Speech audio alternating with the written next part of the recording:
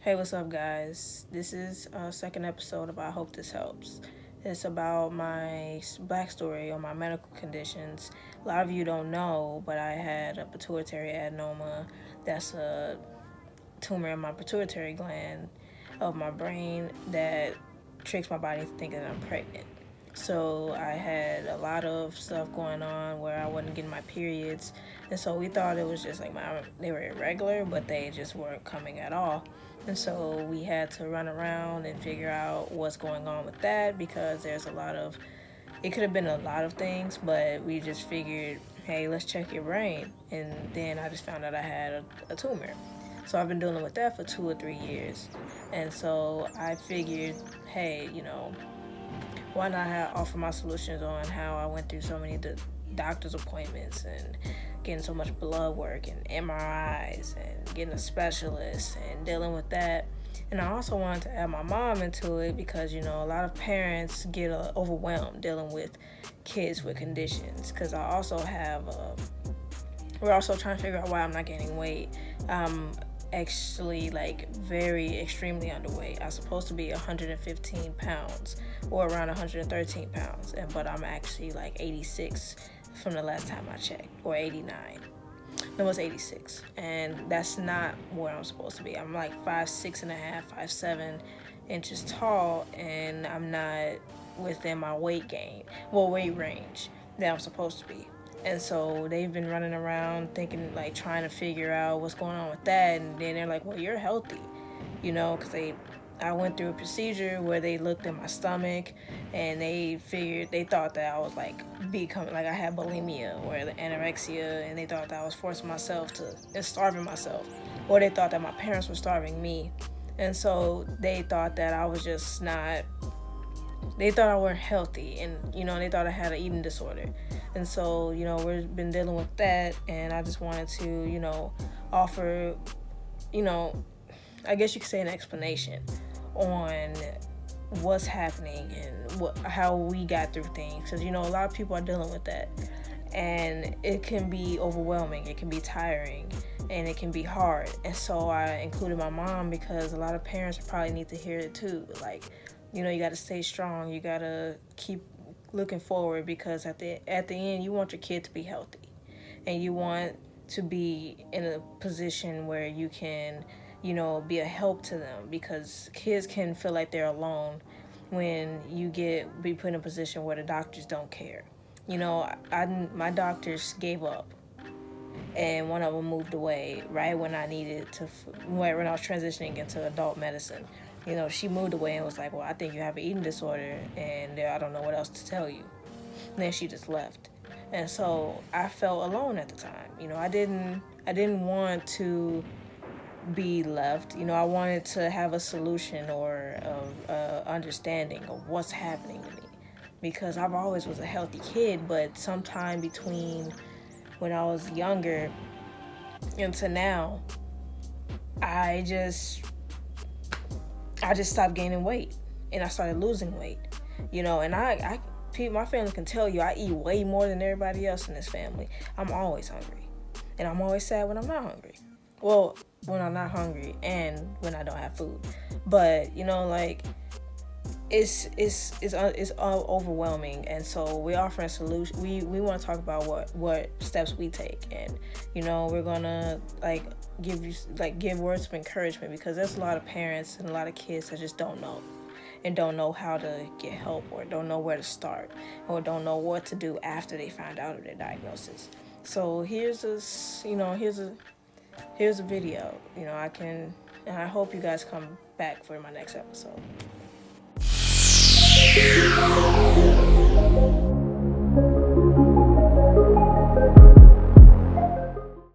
Okay, so this is my mom, Iris. Most of you may know her as Iris Patterson from Iris Botanicals, but I know her as Mom.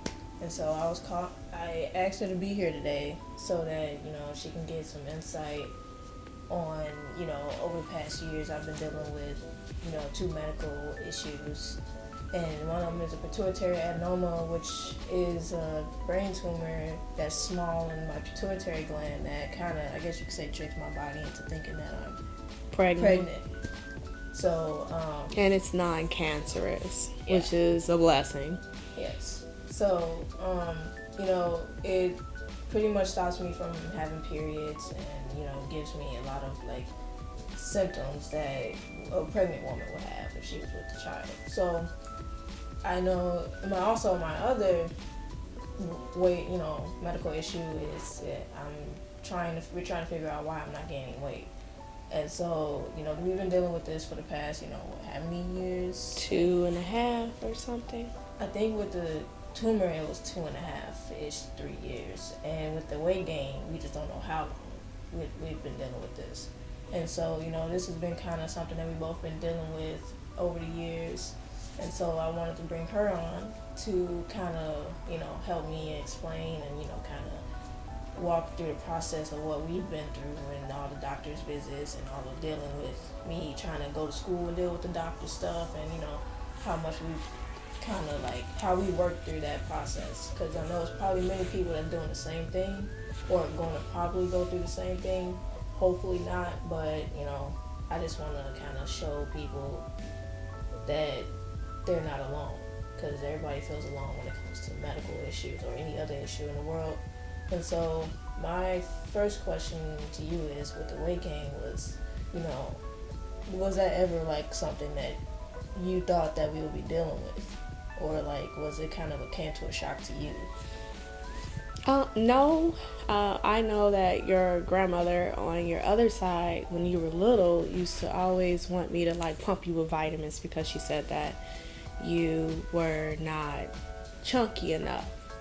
And because obesity runs on both sides of your family, I was not about to mess with that, because I didn't want an issue to come up where now we're trying to reverse obesity rather than, you know, you have just, I guess, like a healthy weight. So I wanted your body to just naturally produce the healthy weight rather than try to force feed you some vitamins or something like that, because we noticed I didn't notice. She saw that as you were maybe about 2 and 3 years old, that you were skinnier than a lot of the little babies you were around. So I didn't pay any close attention to that, but, you know, by 7th grade, you looked healthy. You know, you looked fine. You just were thin. That was not an issue at all. But we did notice that when you got to high school, there was a sudden change. And I don't know, that it became clear that, you know, there was a medical issue at that time. It was just a concern. And that's about it.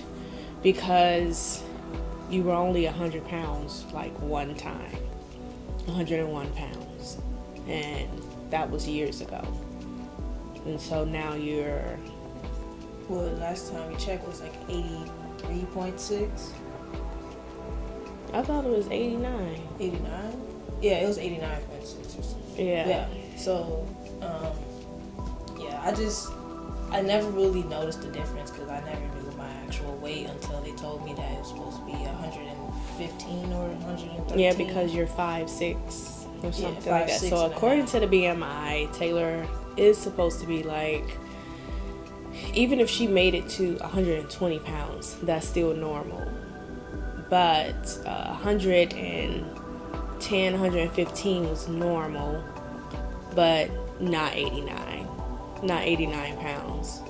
So the doctors are trying to figure out what's going on. Now, they thought you had an eating disorder. Yeah, we're still battling that, because they're pretty insistent on it now. You know, like, they don't say it outright, but they say it, they hint at it every time they ask questions when we go to the doctor. And my other question was, like, what runs through your mind when they ask those questions, and then they kind of insist that you guys kind of neglect me or in any way, you know? Well, you know, it is frustrating. It's frustrating because I'm not enabling you to have an eating disorder by not checking behind you after every bathroom visit or standing over you while you eat meals. That's a lot. And I know you, and so we know you eat a lot.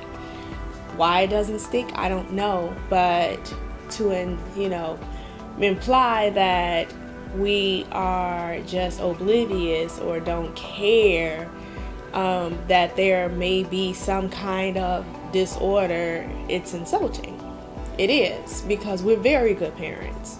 So that's not the case. It's just that I know it's not happening. So, let's not dwell on that. Let's figure out what it is. It's not that. But I wasn't about to allow them to put you in a clinic, before you went away to Iowa. 3 days before, no. Yeah, it was 3 days. Yeah, before you were about to leave, they wanted to send you to a clinic and to stay. And that wasn't about to happen. And that was for people with eating disorders. So, no, that was, your last pediatrician. Yeah. And now you're seeing, adult doctors for adults. So, we have to start back over with this new doctor and see, what she does. But I know in the notes, there are some things about me from that pediatrician throwing shade. I know it is. And so, but that's all right, because of how they look at me when I come in. So I know. That's all right. Yeah, so, yeah, I know, like, the last couple of times we've seen those two doctors, like my specialist, the endocrinologist, and my pediatrician, like, seeing them in their faces kind of, like, giving up, I know that kind of stuck with me and my feelings. It kind of made me feel like they just kind of gave up on me and kind of chose to, say, well, maybe she's just not telling us the truth. And so, that's kind of how I felt when, she was just like, well, I'm moving to Florida, so, I don't know what to tell you. And it kind of made me feel alone, because I'm like, well, we've been working on this for so many years, and for you just to kind of throw me under the bus or throw me away saying, well, she has an eating disorder, if she doesn't want to deal with it, then that's okay. And so, did you kind of feel the same way when, like, those are the last days that we seen her and we didn't get a chance to see No, I felt relieved that she was moving. I wanted to start with a new physician because I couldn't get through to this one. So that's where you start to get second opinions and third opinions, when you know that this particular doctor, what she's come up with that's not what's happening. But, I know, in all fairness to physicians, these are the pieces of the puzzle and this is what I put together. So it's like no harm in that, but I know that's not the answer. I know that there's something else going on. There's no eating disorder, there's no bulimia and anorexia and all of that's happening. Something is physically happening, but we just got to keep getting down to, we just have to keep seeking out until we get those answers. So, Mayo Clinic, some other clinics that's nearby, we could just start there. And when you have an HMO, you gotta start there with a referral. So yeah, that's where we are with this. We do know the pituitary adenoma, it slowly shrinks with medication and with prayer, and Taylor will no longer have that. As long as we stay on top of it. But it's constant CAT scans, MRIs, and blood work. Yeah, a lot of co-payments. But, it is what it is. Having a healthy child is a blessing, and having one that's not so healthy is costly, but she will be healthy. She will be healthy. Those pills cost. It costs a lot of money.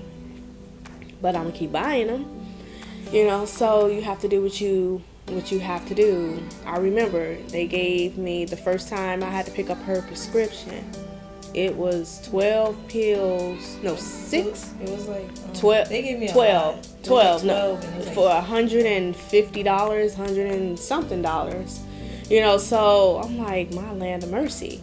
But you gotta do what you gotta do. Because when I went to Walgreens, the girl was like, I'm here to tell you how much these pills cost. I'm like, what? But I thank God that I had it.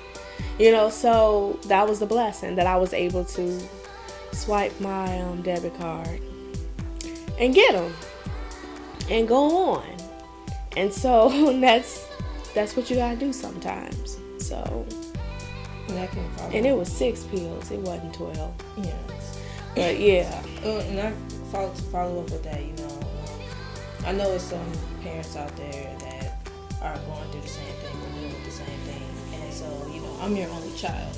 So, what would you say to a parent that's probably dealing with this fresh? You know, like how would you go if you was to look back? Would you go back? How would you go about things differently? Or like, what would you tell them to do? You know, like what are some things that you can say to parents that's just starting out?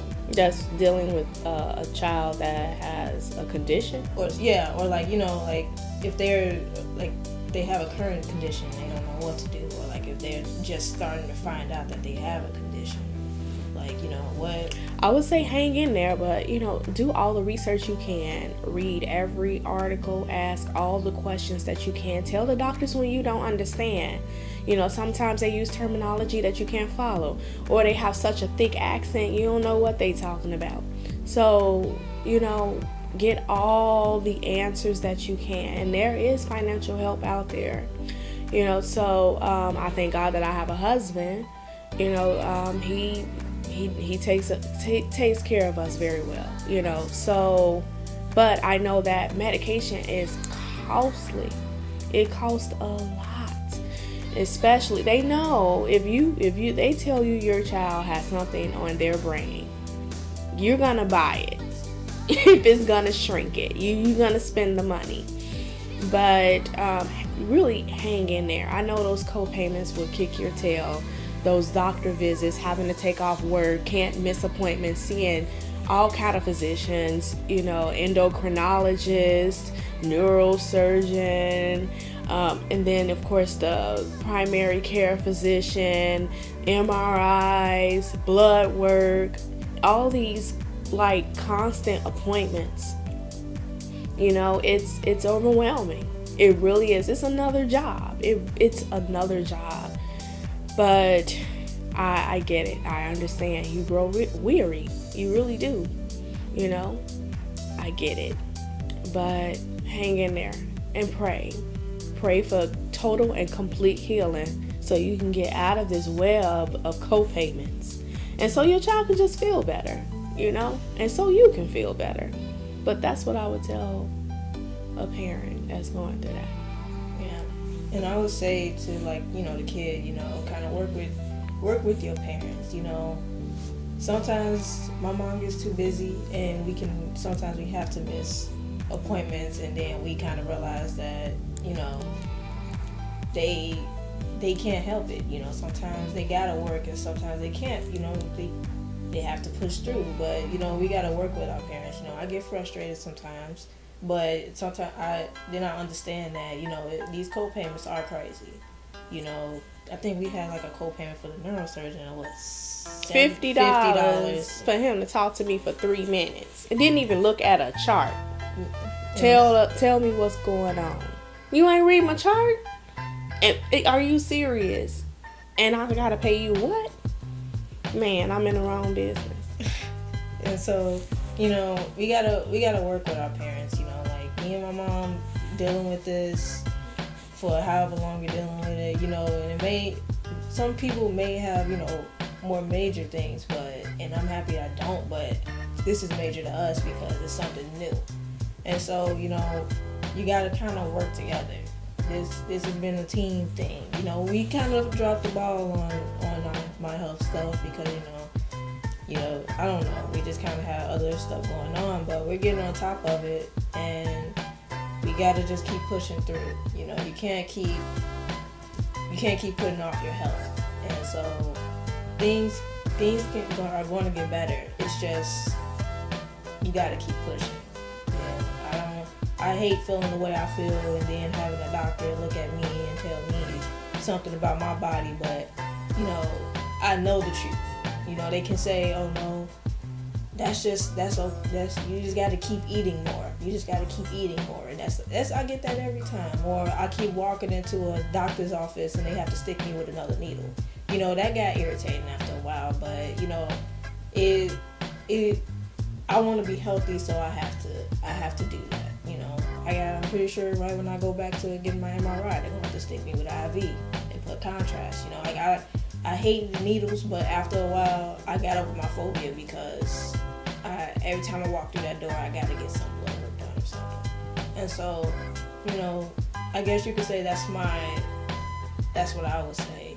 This has become a journey, and hopefully our next steps that we've chosen is to go to like a research hospital or something, because after a while, internal medicine or whatever, they obviously just don't know anymore. And so that's the other thing, is you always have to research next steps, because after a while, us hearing the same thing, it gets annoying.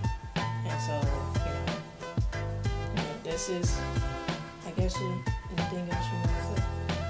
No, but yeah, we'll keep you guys posted on how things are going. Yeah. So, also I want to say, thank you for the support of my first video. I was very, very nervous. My mom was like, "You need to put it out.